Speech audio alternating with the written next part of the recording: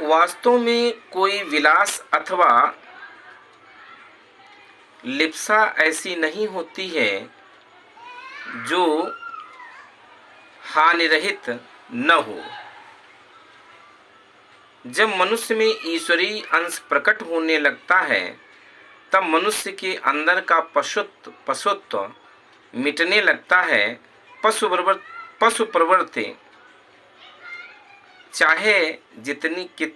चाहे कितनी निर्दोष व भली क्यों न प्रतीत होती हो कि ओर झुककर मनुष्य सच्चे मार्ग से भटक जाता है। जब भी आप अपने अंदर के पशु को छूट दे देते हैं और पनपने देते हैं, तभी वह प्रबल और निरंकुश हो उठता है और आपके मन मस्तिष्क पर नियंत्रण कर लेता है। जब तक मनुष्य कुछ तुच्छ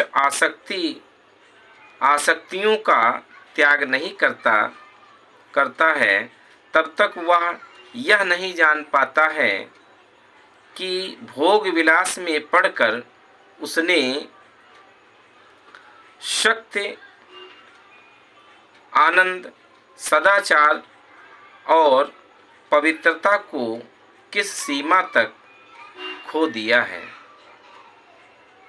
जब तक मनुष्य भौतिक लालसाओं का परित्याग नहीं करता है, जब तक मनुष्य भौतिक लालसाओं का परित्याग नहीं करता है, तब तक वह स्थायी सुख की पूर्णता में प्रवेश नहीं कर सकता। दम्भ और लोलुपता के कारण व्यक्ति अपने आप को पतित बनाता है और आत्मसम्मान खो बैठता है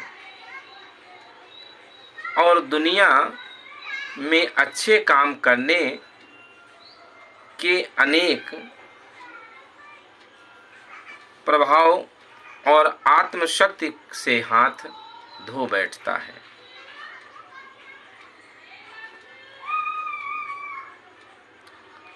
लालसाओं के पीछे अपनी अंधी दौड़ में वह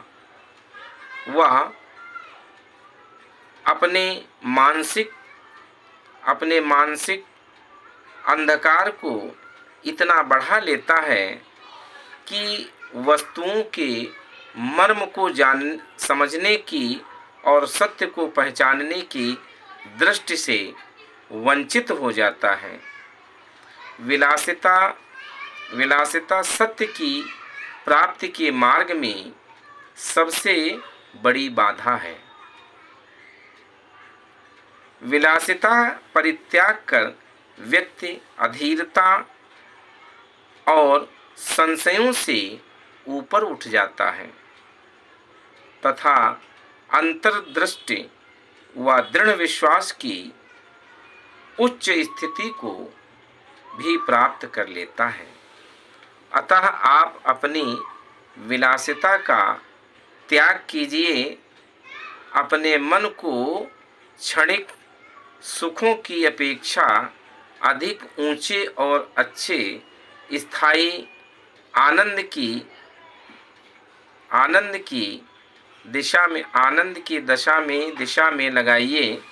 इंद्रियों की आसक्ति से ऊंचे उठिए। इससे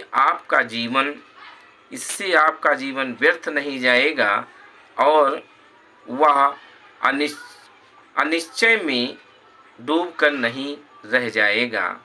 आप निरंतर आगे बढ़ेंगे जैसे कि सिकंदर व नेपोलियन। कार्लाइन कहते हैं, हमें ऐसा व्यक्ति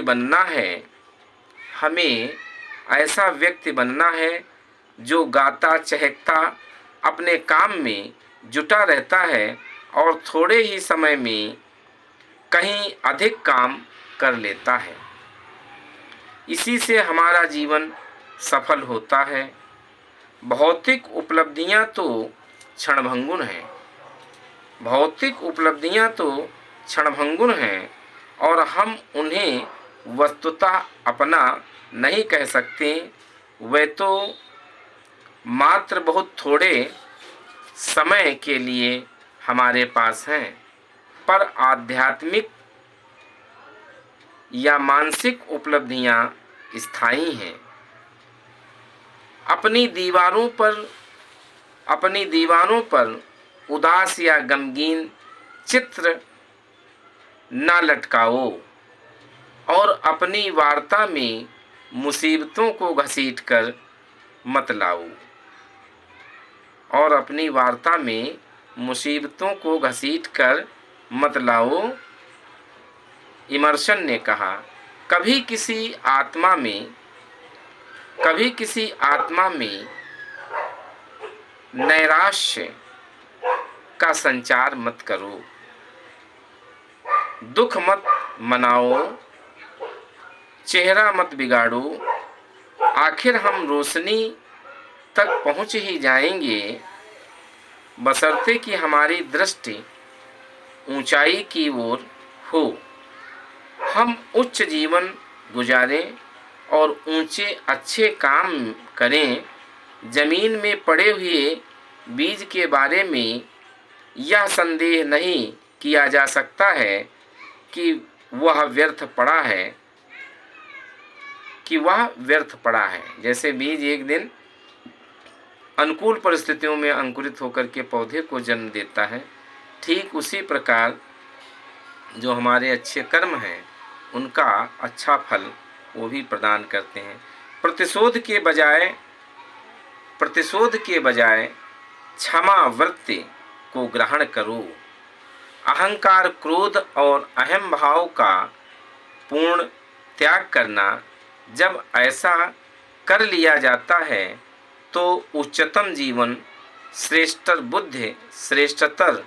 बुद्धि तथा पवित्र प्रकाश जो पहले से ढके हुए थे, अपने आप सौंदर्य के साथ प्रकट होने लगते हैं। छोटे शिकवे, शिकायत, कटाक्ष, उपलम्भ चरित्र को लंगड़ा व आत्मा को पंगु बनाकर छोड़ देते हैं।